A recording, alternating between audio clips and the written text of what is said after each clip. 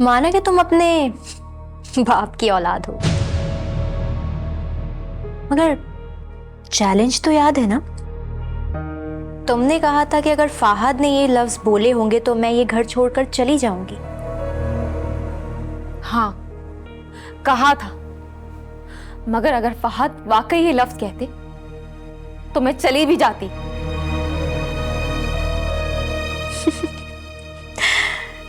तुमने फाहद की आवाज नहीं सुनी? तुम खुद को समझती क्या हो? यूं लफ्जों से खेल के तुम्हें लगता है कि तुम मेरा और फहद का रिश्ता खराब कर दोगी? फहद ने कभी मेरे किरदार पर शक नहीं किया। नजर रखने के लफ्ज पर बात हुई थी। फहद ने सिर्फ नजर रखने को कहा था कि अगर बारी आए तो तुम्हें बता देना। तुमने नजर रखने के अल्फाज का गलत इस्तेमाल किया। तुम्हें लगा कि मैं यकीन कर लूंगी।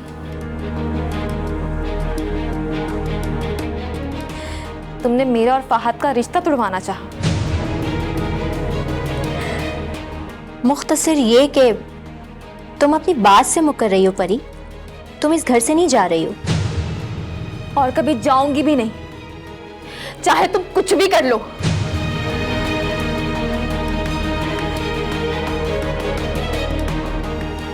रिश्ता तो मैं तुड़वा कर ही रहूंगी। तुम अगर परी हो ना, तो मैं भी पारो हूं, पारो।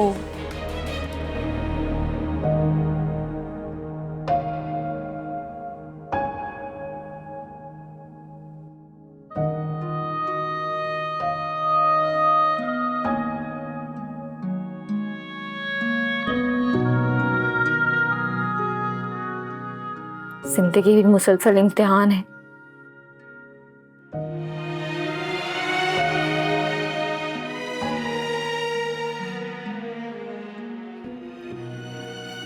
जिस शख्स के भरोसे पर मैंने चैलेंज कबूल किया था, अब फहद के इस बेभरोसा प्यार के सहारे कैसे लड़ूंगी मैं इन शातिर लोगों से?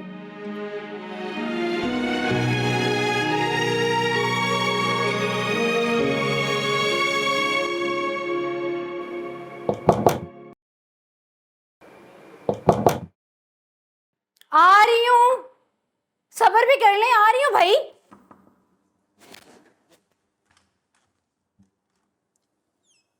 अस्सलाम वालेकुम। वालेकुम सलाम जी, फरमाए। मेरा ख्याल है कि आप नाज़ो हैं। गालिबन नहीं, यकीनन मैं ही नाज़ो हूं। बिल्कुल मेरी बेटी की तरह, उसी तरह तेज व तर्रार। आप कौन है? किससे मिलने आए हैं और क्या काम है आपको?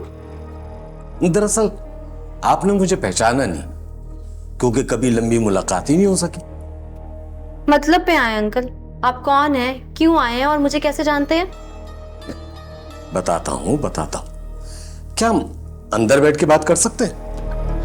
आपको क्या लगता है कि आप अगर मेरा नाम लेंगे तो मैं आपको अंदर इनवाइट कर लूंगी और आपको कहूंगी ड्राइंग रूम में बैठे और मेरे साथ चाय पिए? इतना बेवकूफ समझ रखा है आपने मुझे? वाह, वाकई बिल्कुल मेरी बेटी जैसी हो। इसका मतलब ये कि मैं बिल्कुल सही जगह आया। तो बताए ना, कौन है, कहां से आए हैं और क्या काम है आपको? आपको याद नहीं है ना सो बेटा, मैं एक दफा आपको लेने के लिए आया था। मैं फहद का ताया हूं। ओह, तो आप हैं जवार अंकल। वो अंकल सॉरी, उस दिन मैं अपने ही कामों के झंझट में लगी हुई थी तो मैंने आपको देखा ही नहीं। रात का टाइम भी था ना उस टाइम पे। तभी तो एक मिनट भी आपने मुझ पर नजर नहीं डाली थी। तो अब के अंदर बैठ के बात कर सकते हैं? हाँ हाँ, प्लीज आए अंदर। शुक्रिया।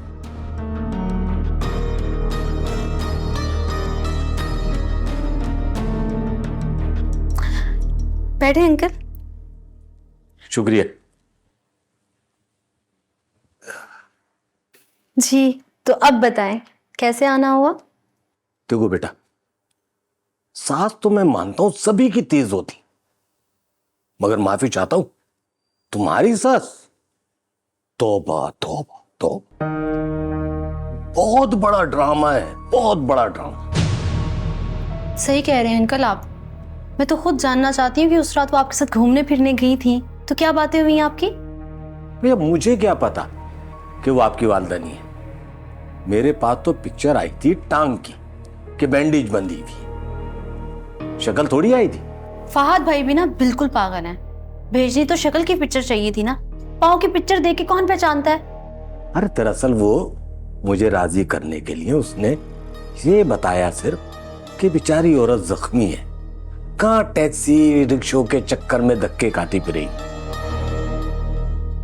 अब तुम्हारी सास ने दरवाजा खोला तो बैंडेज देख के मैं समझा कि यही है। अब आप देखिए उनकी चालाकी, ये जानते हुए कि हॉस्पिटल से कोई लेने आया है, कोई इमरजेंसी होगी, फिर भी आपके साथ चली गई। और भाई सिर्फ बैठ के चलती नहीं बनी भाई, सैर सपाटे किए, बाहर खाने खाए, शॉपिंगें की। और जब बाद में बताया ना तो मैंने तो सर पकड़ लिया अपना सर। अंकल कसम से जब से मेरी शादी हुई है ना, मैं भी बार बार सर ही पकड़ती हूँ। इस वक्त पता है मेरा दिल क्या चाहता? मैं दिल चाह रहा था मेरा कि इस औरत को मैं इतनी सुनाऊं, मगर मैं मजबूर हो गया। नहीं अंकल, आप उनको इतना शर्मिंदा तो करते कि आइंदा वो मेरे खानदान के किसी भी आदमी के साथ ये हरकत करने का सोचती भी ना। पता क्या मैंने सोचा? मैंने सोचा कि फाद नाराज हो जाएगा, हाँ, मगर कम से कम एहसास दिलाना चाहिए। मैं उन्हें बुलाती हूँ, अब आप उन्हें जलील करें और एहसास दिलाएं। अरे कहाँ, बैठो तो, मुझे कुछ और बात करनी है। मैं उतनी देर में आपके लिए गर्मा गर्म चाय लेकर आती हूँ, ठीक है? ठीक है, जैसे तुम्हारी मर्जी। बड़ी तेजो तर्रार लड़की है भाई, बिल्कुल पारो की तरह। चलो ये तो अच्छा हुआ कि इसने खुद ही मौका फराम कर दिया, वरना इस चालाक लड़की को पता नहीं कितने बहाने से भेजना पड़ा। चलो इस बहाने साजदा बेगम से मुलाकात तो होगी, ये भी अच्छा।